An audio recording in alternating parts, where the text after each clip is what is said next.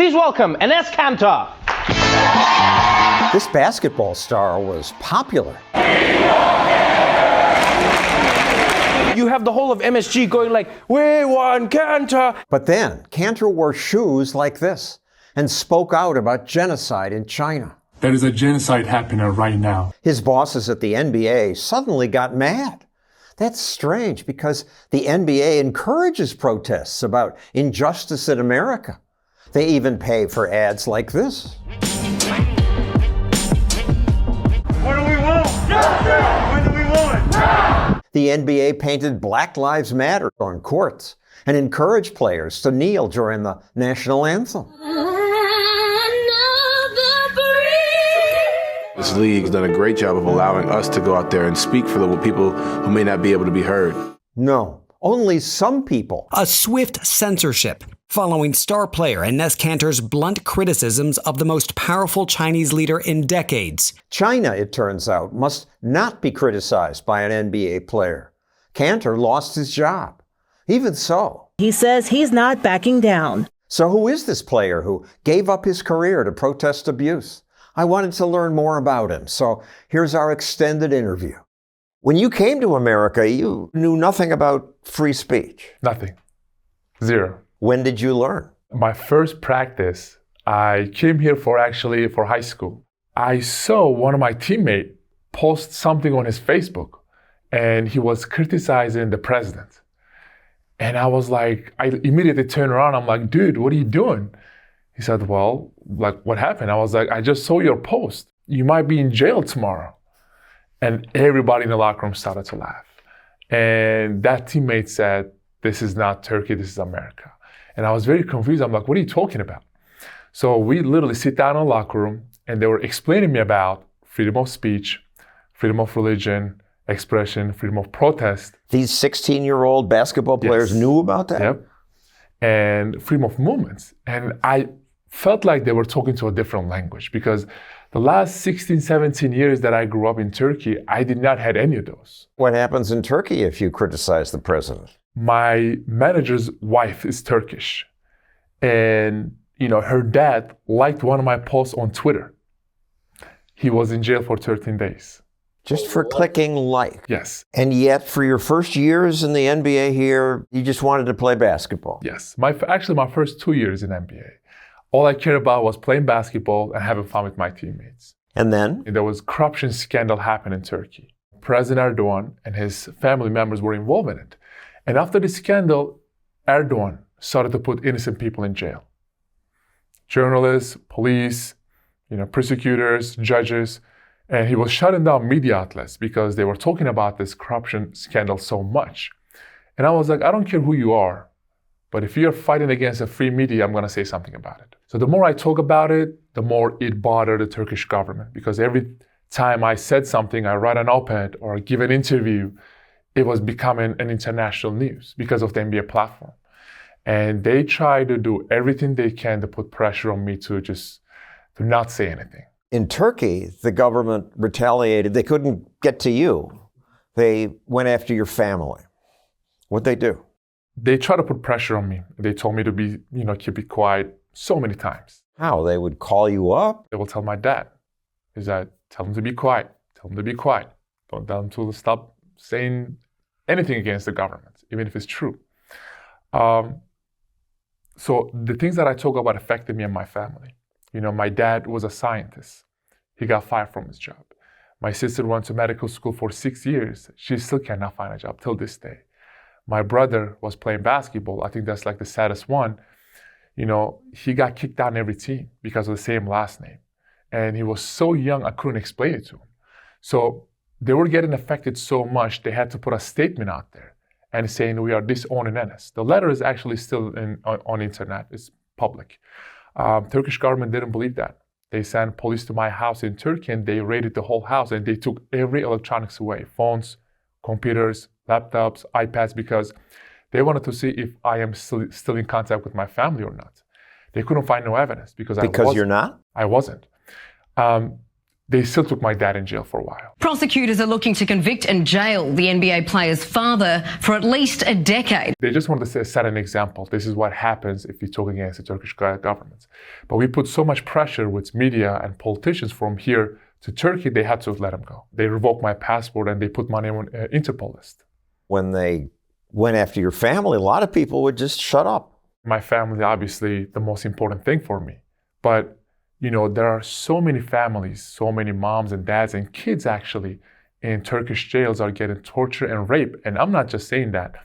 There are lots of reports like, you know, Amnesty International, Human Rights Watch, Human Rights Foundation are saying that people in Turkish jails are getting tortured and raped. So there are thousands of families. So I was like, you know what? I understand my mom and my dad are the most important thing for me and my sister, but there are so many people are in jail. We have to put pressure on them somehow. What's the t-shirt about? So the t-shirt, this is actually one of my favorite quotes. It says, "Silence is violence." When you have a platform to literally change, make a real change or put... But silence isn't exactly violence. Well, to me, if you have the platform, if God gives you a gift, and if you're not using this gift to give back to people, you know, it's not always giving back money or charity, whatever. You can give back people by stand with them. Literally, that means so much to people out there who don't have a voice, you know? I think it's important to be the voice of all those innocent people out there who don't have a voice. And if you are not outspoken about some of the issues that are happening, you know, I believe that you're part of the problem. And once you're part of the problem, it's violence to me. You went to a mosque. There's a piece of video where some people are criticizing you. We are here at a mosque, and there's Turkish people, pro-Erdogan people, are actually attacking us. And there was two guys, and they were saying some really harsh words. I wish you could have understand the Turkish, but it was a very harsh words. And I talked to my teammate, and he said, first, I thought they were fans. But then he said he saw the hate in their eyes. It's just normal. And every day, someone who is against the Turkish government in America gets harassed. If you're in America, you're lucky. But if you're outside of America, you have a chance to get kidnapped. You have a chance to get killed, actually.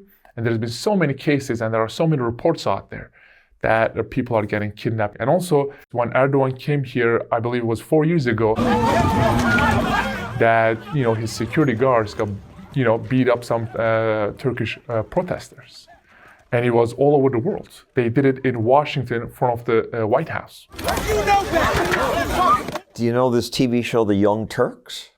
I did hear about it maybe from a friend. I never watched it. The host said, Turkey was not this place that Kanter's making it out to be, where if you disagree with the government, you'd be snatched up by the police. People have nonstop conversations about the government. Oh my Lord, please look at the numbers. Turkey is the #1 country in the world that put the most journalists in the jail, over 300. I believe the last number was 313 something. There are 17,000 innocent women are in the jail right now waiting for help, and over almost 1,000 kids and babies with their mother in jails. If you want to see the real numbers, there's actually a website called turkeypurge.com. And there are so many people, so many academics, so many people lost their jobs. So many media outlets has been shut down just because of they talk against the government. So I have no idea what this guy is saying, but there are so many, human rights. Look at the Freedom House. Look at Amnesty International, Human Rights Watch, Human Rights Foundation. I mean, if you don't believe me, go to those websites and you can literally see what's happening in Turkey. He makes it sound like a police state. He should definitely educate himself about what's going on. Well, your basketball career, though, was going strong. You could say bad things about Turkey and nobody cared. Yeah. But then you said something about China. Everything changed. Everything changed. So the last 10 years, I talk about the problems were happening in Turkey. I want to say NBA were actually really supportive. Adam Silver texted me twice and said, whatever you need, we are here for you. Keep doing what you're doing. My teammates. The commissioner of the NBA. Commissioner, yeah. My teammates, my coaches, and so many people who works at the organizations that I play for, 5 different organizations. They said, keep doing what you're doing. You're standing up for innocent people in Turkey. You know, We are with you. We got your back. And that actually gave me so much hope and motivation because my teammates, especially like my brothers, you know, so their support was like the most important thing for me. And then just last summer, I'm doing a basketball camp in New York. So I remember taking a picture with this kid. While I was taking a picture, his parents called me out in front of everybody. Media was there, my friends were there, kids were there, everyone was there. He said, how can you call yourself a human rights activist when your Muslim brothers and sisters are getting tortured and raped every day in concentration camp in China? And I'm still smiling for the camera. And once I heard it, I just froze. I just didn't know what to say. So I took a picture, I turned around, and I was like, I promise I'm gonna get back to you. So that day I canceled everything. I went back to my hotel. I started to study about what's going on. And the more I studied, the more I was ashamed with myself. When the Chinese government took our BBC colleagues on a rare tour last year, they wanted to show a happy place where Uyghurs and other Muslim minorities are de-radicalized. But people who've been inside paint a very different picture. Punishments included savage beatings, sleep and food deprivation. Police officers took the children away by force. I was like, I cannot believe I had this huge platform is given by God. In the last 10 years, I only focused on one dictatorship. I could have just been talking about so many other, you know, groups who were being persecuted and in jails and waiting for help. So at that moment, I was like, I'm going to try to help. So I called my manager. I was like, I need you to find me a concentration camp survivor. The reason I said it was on internet, you can find all kind of news. You don't know which one is true or not. It could be fake or, you know, not fake, but he found me one. I sit down with this lady, had this 1-hour conversation, and she was telling me about the forced sterilization, abortion. She was telling me about the gang raping. She was telling me about the torture methods. She was telling me about the organ harvesting. They didn't just rape. They were barbaric. They had bitten all over my body. At the end of our conversation, I asked her, okay, how can I help you? She said, I'm good. I don't need your help. And I was very confused. I'm like, so we just had this 1-hour conversation for no reason? She said, no, I'm in America. I can go wherever I want. I can say or do whatever I want. I can eat whatever I want. But there are 3 million, you know, concentration camp people in concentration camps are getting tortured and gang rape every day. Help those people. So at that moment, I was like, I don't care how much money or business or whatever involves. I'm going to stand up for these innocent people, you know? And that's how it started. Did you know it would cost you money and then your career? Any idea? I mean, all you did was put free Tibet on shoes. Yeah, so here's how I did it actually. When I was a kid, whenever I watched an NBA game, the first thing I was watching was the shoes. I mean, everyone loves shoes, you know? And I was looking at what color they are, what brand, if they're comfortable. The next day I was waking up and telling my dad, please buy those shoes for me. So everyone loves shoes. What I really cared about, they educate the youth. You know, I feel like that's where we're gonna have the real change, I hope. That's what I'm hoping. So I reached out to these artists around the world who's been persecuted or who's been tortured, whatever, by their government. And we come up with this idea, we're gonna put all the struggles on the shoes. You know, and we're going to go out there and play basketball. There's no rule against it. 2 years ago, during the NBA bubble, all these players would put in, you know, Black Lives Matter, you know, I Can't Breathe, Breonna Taylor. The NBA was encouraging that. Yes, exactly. So I just put free Tibet with non-slave labor shoes. That was the important thing for me, non-slave labor shoes. It was Celtics against the Knicks.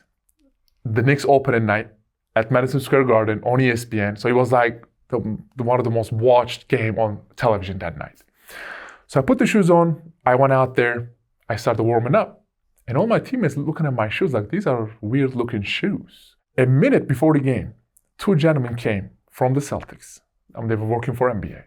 They said, please take those shoes for us. You're gonna get us in trouble. And I was very confused. I'm like, what are you talking about? He said, your shoes have been getting so much attention internationally. It was from China, obviously. You have to take those off. This was only 10 minutes later, 20 minutes later. Exactly. How are they getting minutes, attention internationally? Well, I tweeted about it too. But it was so much attention. So a minute before, right, they said they were telling me to take my shoes off. If I don't take them off, that I was going to get banned. They weren't going to play you. Exactly. So it was the perfect moment because I was just getting ready for my citizenship test.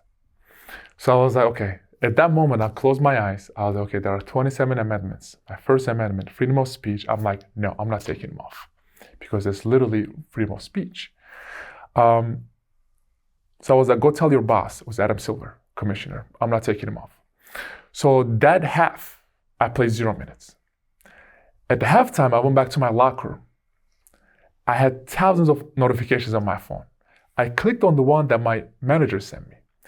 He said, every Celtics game is banned in Chinese television. It literally took them 24 minutes to ban every Celtics game. So I played 0 minutes in that game, which I played every game before that. After the game, right, one of my teammates woke up to me in a locker room at Madison Square Garden. He said, this is your last year in NBA. Have fun with it. I hope you win a championship.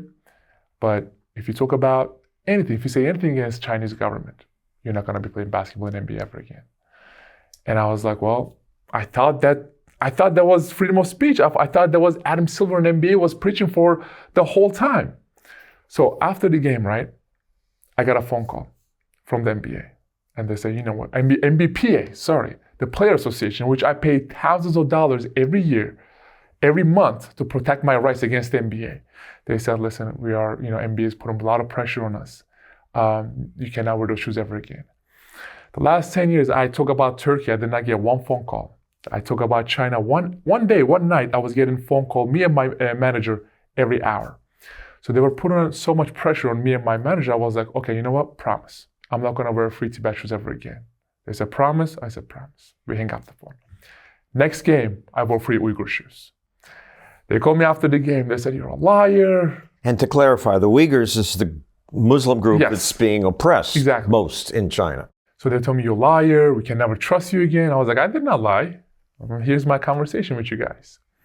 So after the second game, I got another phone call from a guy named Daryl Morey, general manager of Houston Rockets back in the day. It was like 3 years ago. That first time actually tweet something about Hong Kong and became a huge mess for the NBA. NBA lost millions of dollars. He just tweeted, stand with Hong Kong at a time when Hong Kong was being oppressed. So he called me and he said, listen, they made me took my tweet down. They made me apologize. You don't take your tweet down. You don't back down. You don't apologize. Keep doing what you're doing. So I was like, oh my God, this is just crazy. They fired him. He was gone and now he apologized. Now he got a job because he apologized. He said he wasn't just not educated about the situation. So he got a job. He said, don't back down. Keep doing what you're doing because someone had to expose this hypocrisy. So I was like, you know what? Let's just go all the way then. The next topic was Nike, slave labor. And after that, every game was about something else. It was Taiwan. We even went to like Ukraine and Russia, and we did Venezuela and Cuba and Iran. So it became like a huge, huge movement. One-man movement, I would say. I think the NBA is wrong, but I'll take their side. They could say, look, we're making millions from China. This is a really important market, and we do good things with that money. We have charities. We're paying more than 1,000 people. Scholarships, recreation centers, vaccination sites, carbon offsets. Okay. We need this money. We're helping people. Your biggest, sponsor is Nike, one of the most hypocritical company in the world. When you look at Nike, Nike stands with Black Lives Matter, no Asian hate, Latino community, LGBTQ community in America. But when you go outside of America, like China, they use slave labors. You're signed with this company, one. And two, while you are dribbling the basketball on the other side of the world, people are literally losing their loved ones, losing their lives, and losing their homes. And you can put so much pressure on these governments, on these companies to actually take some actions. And the hypocrisy side is the one that's that hurts me the most.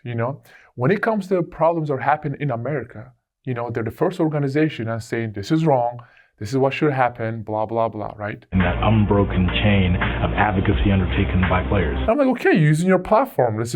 I'm not against it. This is your free speech. But then people is people, human is human, That's why no one could really stand against what I was saying, because I never talk about politics. I keep the pure human rights. No one can stand against human rights, I was talking about the people in, Hong Kong, Tibet, Uyghurs, and I was talking about some other human rights violations too, organ harvesting, surveillance cameras. So you cannot be against it. But they were against I had a 30-minute conversation with Adam Silver. He was talking to me like a robot. He wanted to make me feel better. He was telling me about the things that I wanted to hear. But end of our conversation, I asked him a couple of questions. I'm like, Adam, what do you think about China is banning every Celtics game on television? He said, well, it's not true. I'm like, Adam, there's a State Department report out there saying that they banned it. And he's like, well, I need to look into it. You're either a liar or a bad commissioner. People like him. He's one of the rare commissioners who's popular. Well, it depends on who you ask. I will say it depends on who you ask. But when it comes to China, I now the whole world knows that, they are bowing down to money and business, and they have no morals, no values, or no principles. I would think the commissioner could reason, they've cut us off now. We're losing this money. We really need them. But they need us too. They want American basketball. And if we held our ground, they would cave. More people watch NBA games in China last year than the American population. Over 450 million people watch NBA games.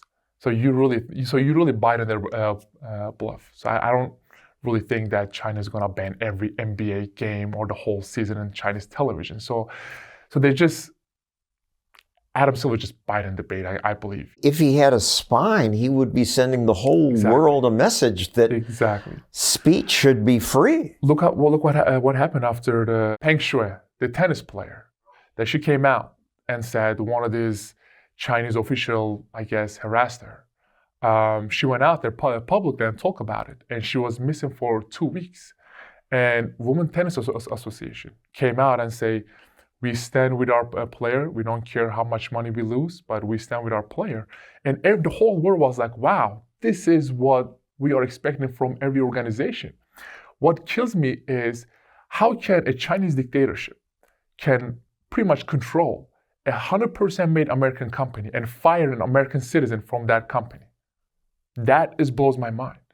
And the fear is real, because it was the perfect moment, because I talk about these problems right before the Beijing Olympics.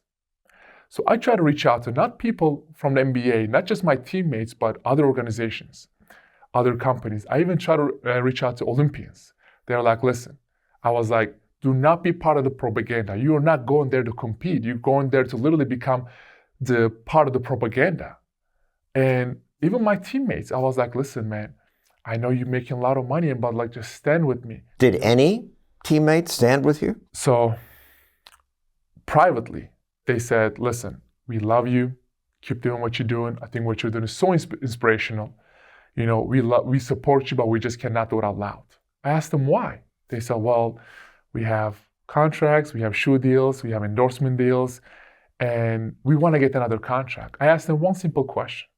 I was like, put yourself in their shoes.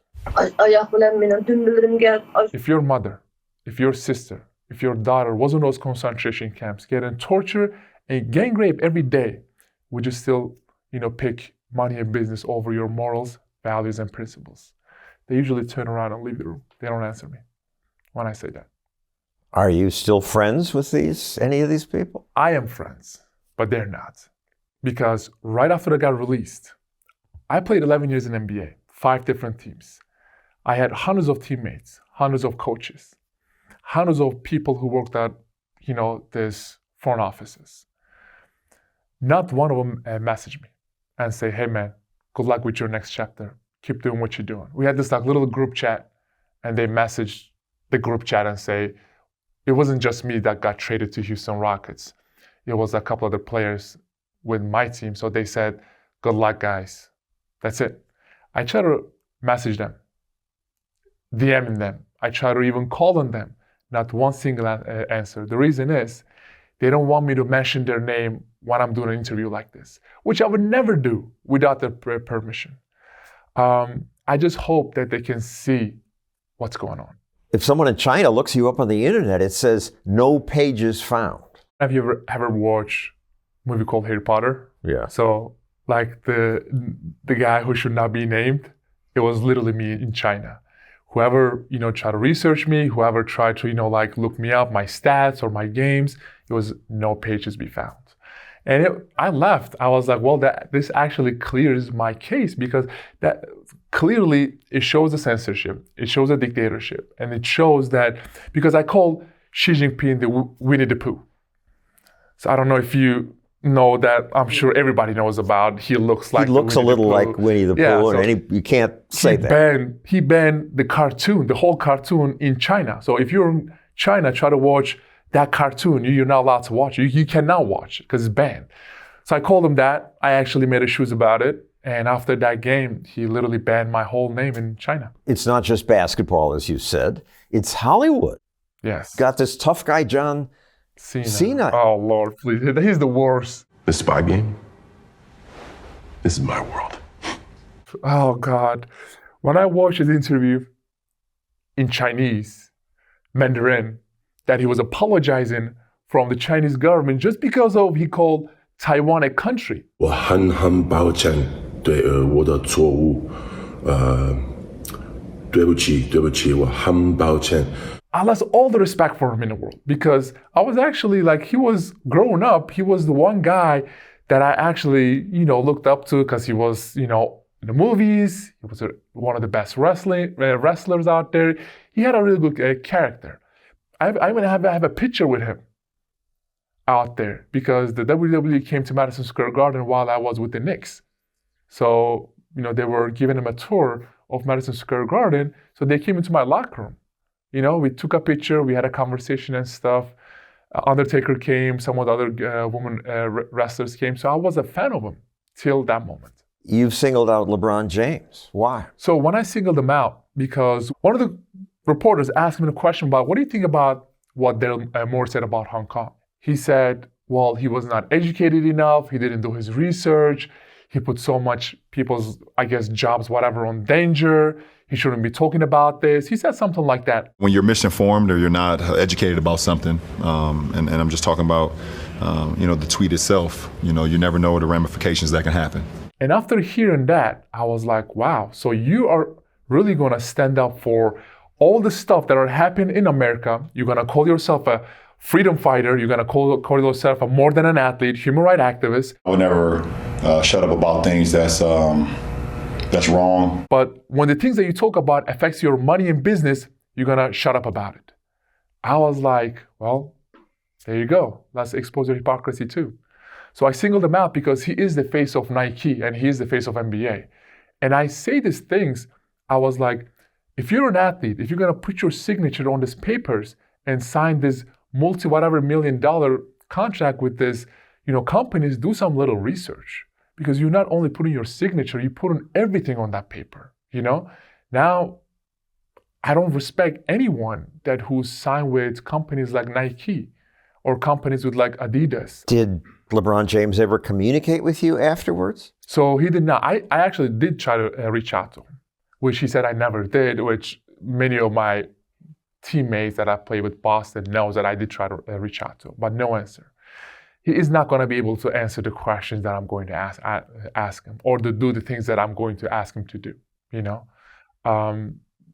which he's a billionaire.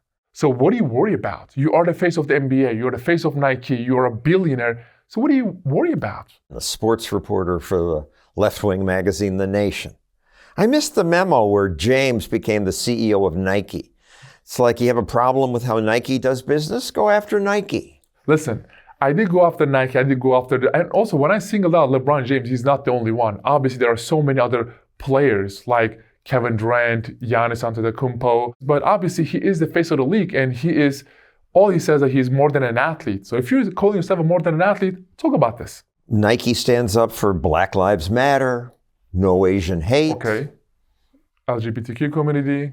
They stand with, Latino community. So many things that are happening in America that is not going to cost them any money. As soon as the things that they talk about, that's going to cost the money. So don't ask if your dreams are crazy. Ask if they're crazy enough. I was really good friends with Colin Kaepernick till I started criticizing China and Nike. Now he doesn't even answer either, but I was really good friends with him. And when I sit down and had a conversation about Nike, he was the one telling me about how things works with Nike. So he was my good friend. And me and him had a conversation together before all this China thing started. I'll push back again. Nike's products were made with Uyghur slave labor until 2019. Once that was reported, Nike says, we no longer get supplies That's from a lie. them. That's 100% a lie. I work with so many activists. I work with so many different organizations and foundations that with so many lawyers. And you really think I'm going to put a statement out there without doing any research, which I know that they might sue me? No way. So everything I say is being researched by so many foundations and activists and lawyers around the world. So no, they're lying.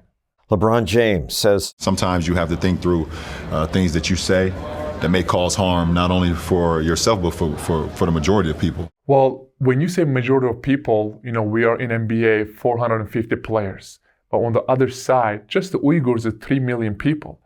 And you think about Tibetans, you think about Hong Kongers, you think about Taiwanese people, you think about Falun Gongs, you think about Mongolian people. I can go on and on, So that's the majority. There's a former Golden State Warriors owner who says, nobody cares about what's happening to the Uyghurs, okay? Of all the things that I care about, it is below my line. I'm not even sure that China is a dictatorship.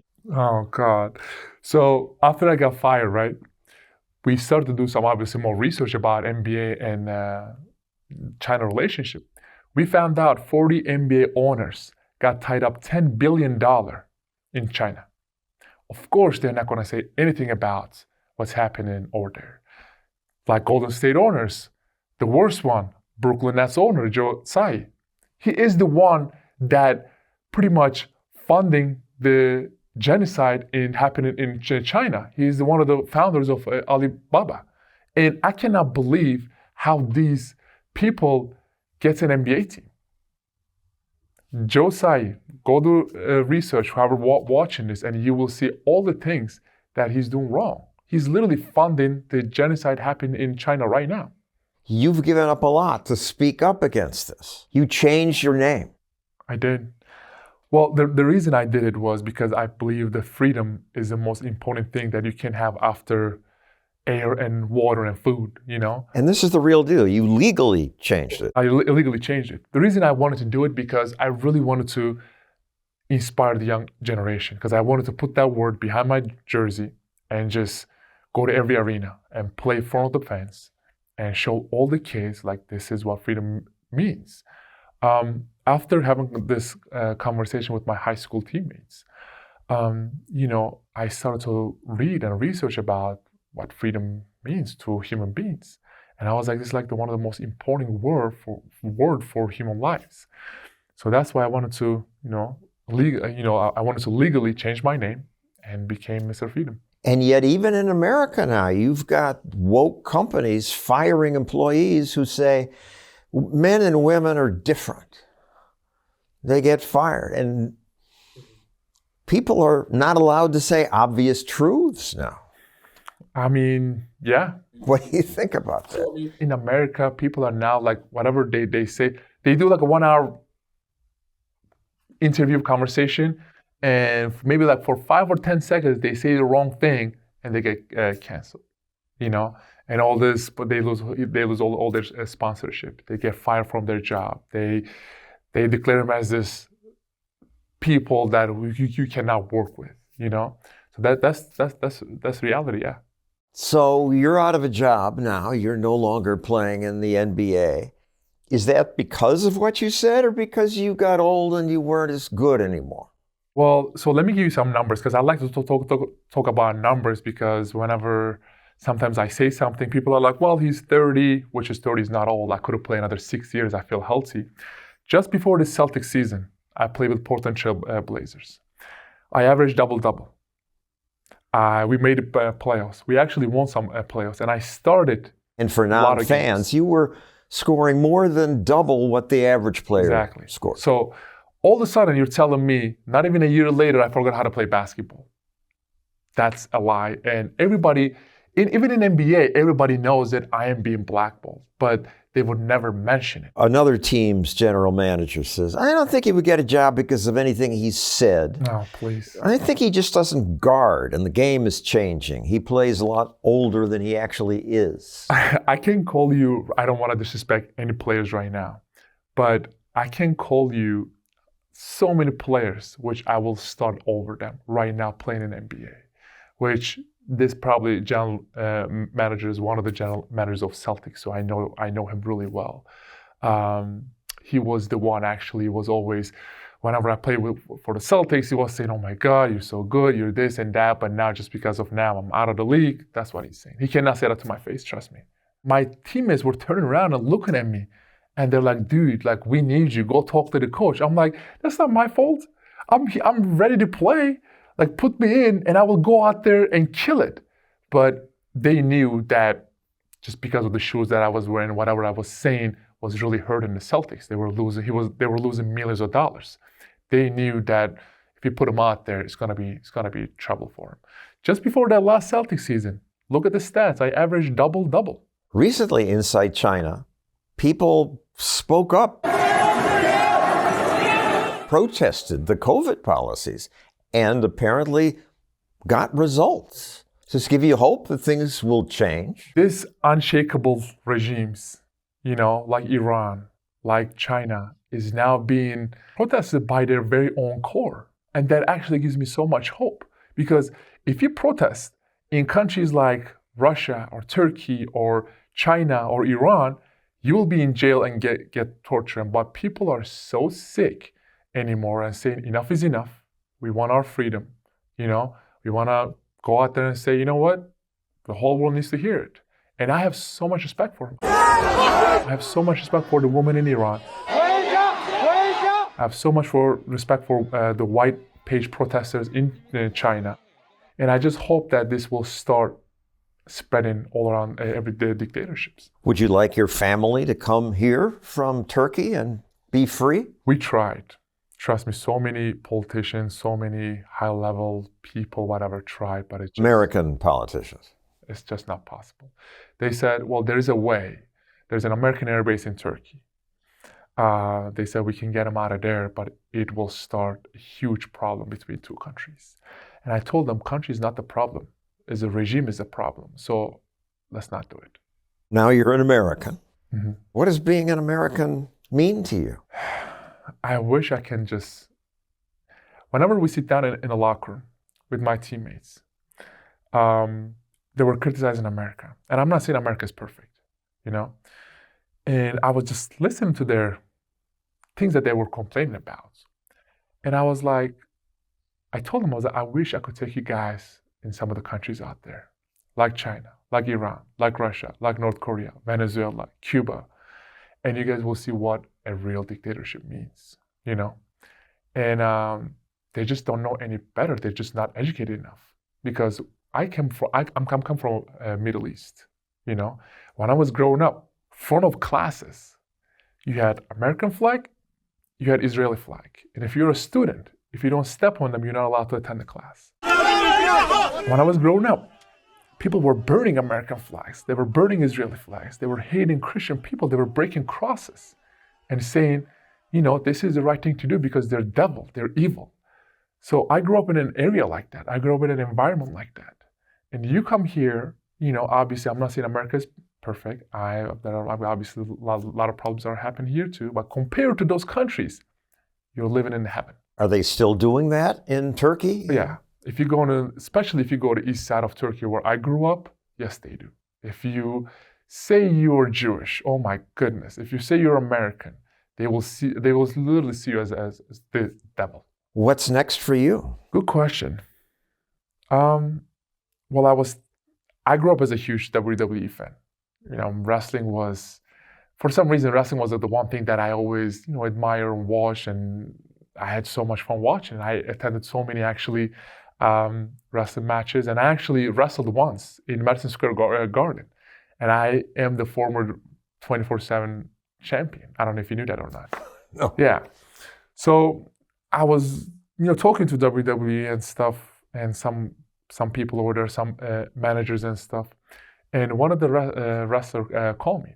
She was my really good friend. She said, listen, I'm going to tell you something. She said, if you can talk about everything that you want to talk about, but if you say anything against Saudi Arabia, you are not going to become a WWE wrestler. And I immediately, I'm like, what did you just say Saudi Arabia? I thought she would just say like China or somewhere. Like, I was like, what's in Saudi Arabia? She said, every year, the WWE goes to Saudi Arabia and make millions of dollars, and women are not even allowed to wrestle there. That's the biggest market. So whatever the China is for NBA is Saudi Arabia for WWE. So if you say anything against the regime over there, you're not going to be wrestling. But as a wrestler, you could criticize China. I believe so, but not Saudi Arabia. It's not as big. Saudi Arabia, for some reason, Saudi Arabia is like the biggest thing that happened to WWE, I believe. And every year they make so much money. So they said, do not say a word about it. I was like, oh, it's too late. So your future career may be this fake wrestling stuff where these people who beat me up years ago? You think it's fake? What's that? Is that fake? Huh? What the hell's wrong with you? I did watch the video, actually. I just grew up as a big fan of Undertaker, and I actually get to meet him in Madison Square Garden. John Cena was my, one of my idols, and some of the other couple of wrestlers that I watched. After I actually spoke out against China, so I got some messages from different, organizations, but, I got some NFL players reaching out to me and say, keep doing what you're doing. But I think the most messages that I got was from WWE for some reason. I don't know why. So I was very happy about it. I'm like, well, that could be my new career. All you do is lift and show and go out there and just, jump over the ropes. But I don't know if it's going to happen now. Well, I'm sure it's not the same people who had me beaten up. But I'm just trying to process this. I was punished for my speech because I said something true. Pro wrestling is fake. And they don't want it out there. Well, I did watch that video, and it was a horrible video. Yeah. It's a good entertainment. That's what I will say. It's a really good entertainment. People loves it. I mean, there are thousands of people watching it. WrestleMania is one of the biggest events in America. I was like, well, that could be my future career, till I knew that I couldn't speak against the Saudi Arabian governments. And you won't speak against the Saudi Arabian government? Oh, I did. Oh, you did? Too late. Yeah, it's too late. I already did it, yeah. I criticized for what they do, what they have done, and Khashoggi was one of the things that I talked about and stuff, so it's a little too late. Well, it's a pleasure talking to you. Of course. I so admire what you're doing. You have a last things you want to say? I just hope that whoever athlete or high school athlete or college athlete, whoever watching this, there are bigger things in life than money and business. Stand for truth, stand for human rights, freedom, because I just couldn't go to sleep at night knowing that while I was dribbling the basketball in America, on the other side of the world, people were losing their loved ones, losing their lives, and losing their homes. People literally fighting for their future. And look what's happening in Taiwan. Look what's happening in Hong Kong. People they're literally fighting for their country. You have a platform, and not just athletes, singers, rappers, actors, whoever you are. Just stand for the truth, because this platform is given you by God. So use it for God's work. Thank you very much. Of course, thank you. We have a platform here. Please tell us what you'd like us to do with it. Do you want more long interviews like that, or do you prefer our usual 5 or 6 minutes? Let us know. And to make sure you get our next videos, subscribe and hit the notification bell.